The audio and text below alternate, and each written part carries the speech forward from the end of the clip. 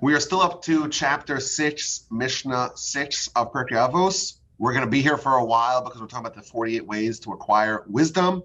We're up to way number 3, and that is Arichas Sfasayim. Arichas Sfasayim, which means the organization and the preparation and the setting out of your lips. To organize your lips. Now, what does this actually mean? So the commentaries tell us that this means that when you study, it should not be inaudible. It shouldn't be just with your eyes, as your eyes scanning the pages. It should be with your lips. You should study out loud. And the Talmud tells us that whenever you study, open your mouth and speak in order that the words that you study will endure within you and you will merit a long life. When we are studying and we're interfacing with knowledge, there are various ways that we could do it. You could read even a book, certainly the Talmud, the Torah, and you read it with your eyes and you're absorbing it. Says the Talmud, that's not the way to do it. You should read it with your eyes, scan with your eyes, but also verbalize it with your lips, organize your lips, and say it out loud, and that way it will endure within you and you will merit a long life. And it quotes the verse in Proverbs, Hi chayim heim lemotzeim. This provides life, Torah provides life for those who find it. Says the Talmud, what does it mean, find it? It means motzi'ehem bepeh, those who actually express it with their mouth. So the way you're supposed to learn, the way you're supposed to study is to articulate and to enunciate and to speak it out loud. And if you do that, it's going to endure, it's going to be preserved within you. Now, it seems to me that this is both a natural and a supernatural phenomenon. On one hand, it's natural. You want to imprint something in your brain. You want to imprint something in your heart. You want to learn something so it sticks, so you remember it. The more ways that you interact with that piece of information, the more it sticks within you. So if you have a visual and an auditory and you actually express it verbally, the more senses that you're getting involved, the stronger it's going to stick within you. Just like if you have a visual, you see something, you read something, if you touch something, any way that you interact with information and knowledge, and the more varied those ways are, the likelier it is to stick.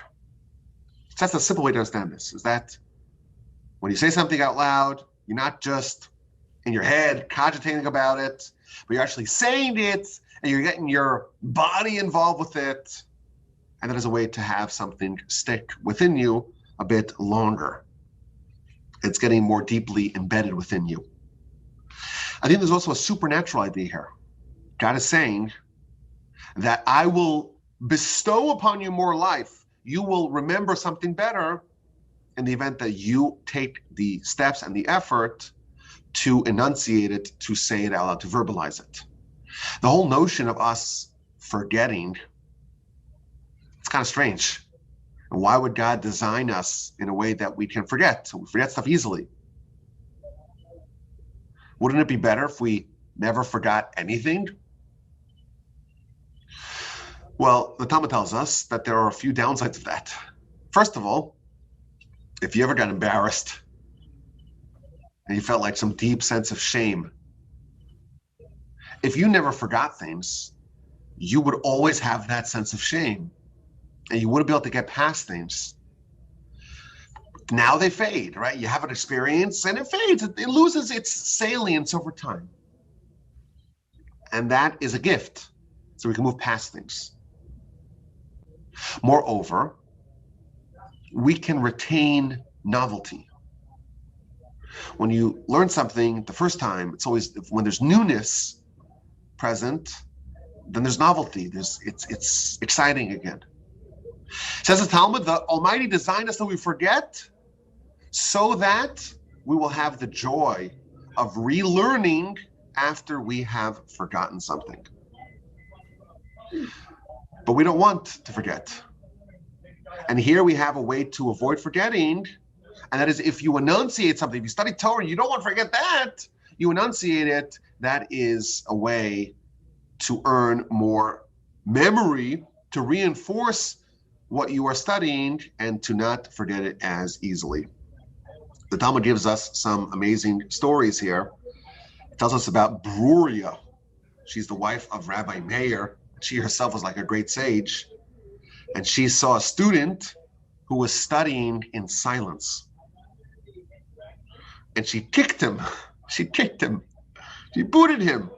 And she says, wait a minute, don't you know what it says? And she quotes the verses, that if it's organized and it's involved and it's alive within you, then you'll retain it. Otherwise, you will forget it. And he gives a second story of a student of Rabbi Eliezer who would study in silence, and he forgot it. He forgot his Torah after 3 years.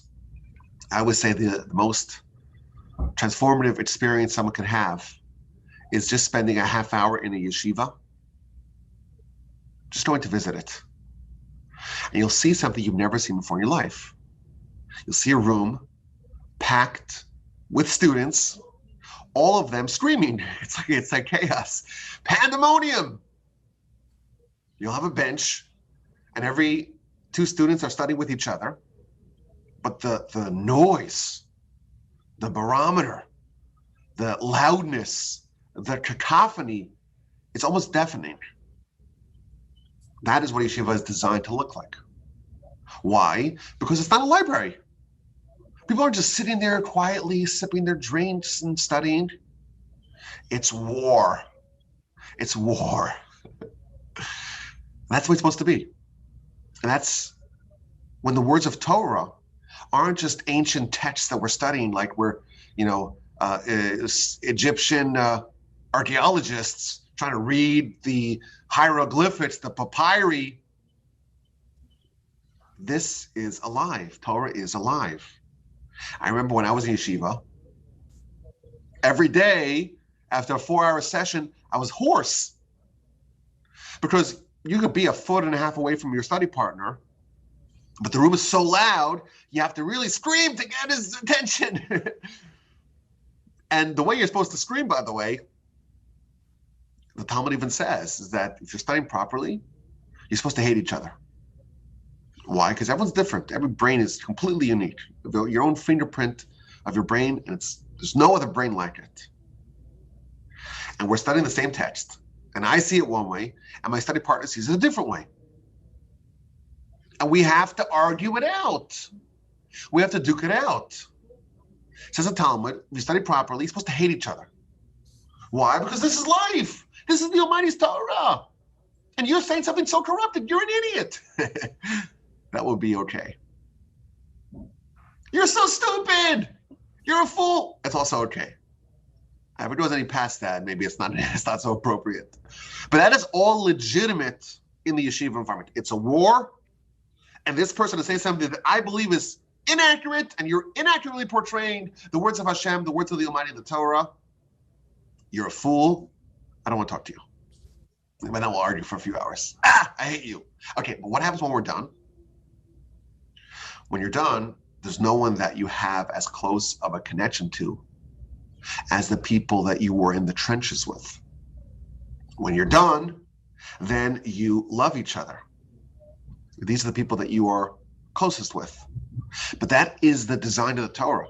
That is how it, especially in the yeshiva, how it is studied. The lips have to be organized. It's not just people reading text. It's alive, it's dynamic, it is on fire. And that's this idea. You want to study Torah? You want to earn Torah? You want to acquire Torah? A prerequisite of that is arichas vasayim, the organization of your lips. Come ready for war. There's another idea that commentaries here tell us, and that is to understand something, you have to verbalize it. If you have an idea and you want to see if it is up to the snuff, if it passes the smell test, if it is legit, one way to do that is to articulate it. To take an idea and convert it into words. If you think something that you have, an idea that you have is brilliant, but it does not translate into words, then actually there's something wrong with it. There's a hole, there's a flaw, there's a gap in your thinking. Part of this idea, and this again is applicable to other areas outside of Torah, as many of these lessons are. Part of organizing your lips is to speak something and to not allow it to remain in the realm of the theoretical. Then it can be fuzzy, and ideas in your head are much more forgiving than words that you say. If you can articulate an argument and it still makes sense, then you have something. I would even add, even though this is probably not included in this, if you can write something, writing is a way to help clarify thinking. Speaking is the same way. You're taking an idea and you're bringing it to a different domain. If it checks out in that domain, then the idea actually has merit. And finally, the third notion here in this principle, way number 3, arichas vasayim, is you have to organize your lips, which means you don't just speak off the cuff, shoot from the hip, extemporaneous blabbering. You organize your lips, which means you think before you speak. Arrange your thoughts, and only then convey them. My grandfather, blessed memory, he was an exemplar of this. He always thought before he spoke. It sounds trivial. Of course you speak before you. Of course you think before you speak. But the truth is, it's not so trivial. Most people, they just speak and they don't think. And we've talked about this in the past. There's a system 1 thinking and system 2 thinking. There's just the knee-jerk response, and you're not actually accessing all the superpowers that you have in your brain. And then there's the way of taking an idea and passing it through all the components of your brain and refining and polishing and upgrading your ideas, and only then speaking it. So you can imagine someone asks you a question, and you actually just think about the question for just 1 minute. 60 seconds. Try doing it. You'll have a very different answer. Why? Because you are arranging your lips. You're making sure that everything is organized before those lips are employed. Moreover, this kind of attitude can prevent a lot of gaffes. They say people rarely regret the words that they decided to not utter. So that's way number 3, organizing your lips, which on one level means when you study Torah, make sure it's alive, make sure it is dynamic, say it, live it, and then with the other ideas of it helps clarify, and speaking something out, so to speak, is a way to determine its legitimacy. And finally, the idea of using your lips very sparingly, well, more accurately said, it is using your brain to prepare and to organize before those lips can convey it. This is way number 3 to acquire Torah. Let's get to way number 4. Way number 4 to acquire Torah is called Bevinas Halev, with the understanding of the heart. Understanding of the heart. There is understanding, and then there's understanding of the heart. Now we know that there are many different words used in our literature to talk about knowledge and intellect. There's chachma, and there's bina, and there's das, and there's maybe even higayon, and tivuna, which may be a version of bina. Lots of different words that we can lump together and say intellect, even Today we talk about emotional intellect and spatial intellect and visual spatial intellect and verbal intellect. The Torah has a system of that as well. What is Bina? Bina is Binas Halev, the intuition of the heart. So Talmud tells us that Bina means lahavin davar mitoch davar, to understand one thing from amidst another thing. You understand A, and that implies and reveals B, which is not explicit in A. And that's the idea of processing. The heart, that is the processor of the knowledge. You have the idea, and that could be maybe in your head. If it comes to your heart, it means you're trying to separate out the components of that idea, and you're kind of revealing the principles inherent in the idea, and that can be built and applied elsewhere. We call this perhaps intuition. You understand one thing, not because you were taught that one thing, but because you were taught something else, and that other thing that you were taught helps reveal, thanks to the intuition of the heart, helps reveal item number B. How does this relate to Torah? Well, we could say quite simply, the Torah must be processed. You understand a specific idea, but that is not a discrete idea that's limited. The only place where this is applied is where it is explicitly mentioned. No, the idea of Bina is to understand the principle and to be able to apply it elsewhere. Now, it's interesting that the organ used to process this, we're told, is the Bina of the heart, Binas Halev, the intuition of the heart. Science today, erroneously, thinks of the heart as simply a muscle used to pump blood. It's like a dumb pipe, as they say. It doesn't have any brains. It doesn't actually do any functions. It's just pumping blood. We believe that the heart is the seat of the soul and the venue in which we absorb and we process information. Binas Halev, we just read it. There was a recent study that looked at heart transplant recipients.